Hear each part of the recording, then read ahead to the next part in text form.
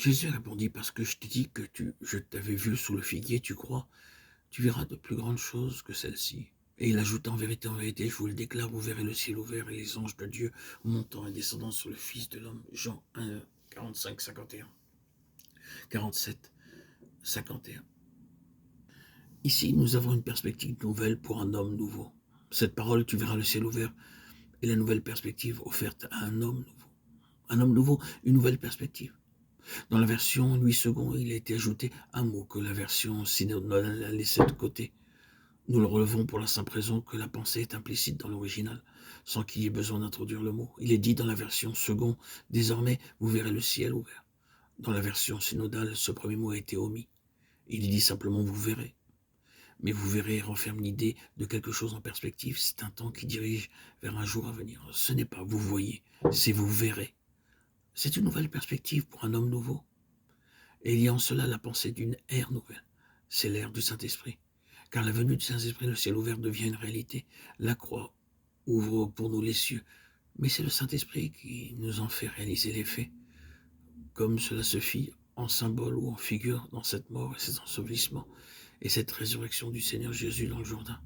Et lorsque les cieux lui furent ouverts, en sortant de l'eau sur une nouvelle base, la base de la résurrection, il eut le ciel ouvert. L'Esprit alors l'illumina et reposa sur lui.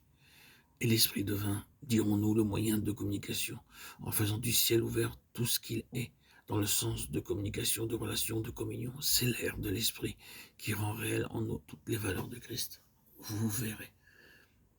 Et que Dieu soit béni. Ce qui était une perspective pour Nathanaël est maintenant présent pour nous. Cette ère est venue. Nous sommes dans l'ère du Saint-Esprit, dans l'ère du ciel ouvert.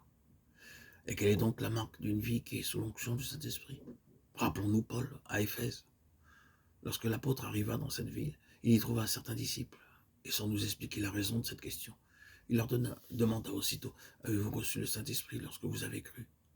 Ils lui répondirent, nous n'avons pas même entendu dire qu'il y ait un Saint-Esprit. La nouvelle question que Paul leur pose ensuite est pleine de signification, car elle nous ramène au Jourdain. Quel baptême avez-vous donc reçu? Le baptême est lié à cette réalité vitale. Si vous ne connaissez pas le Saint-Esprit, quelle peut être la signification de votre baptême? Mais nous avons été baptisés du baptême de Jean. Oh, je vois.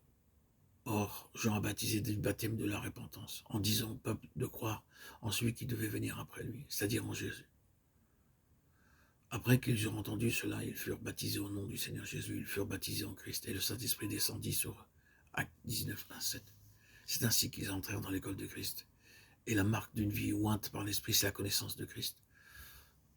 Nous connaissons alors Christ de cette manière vivante et toujours croissante.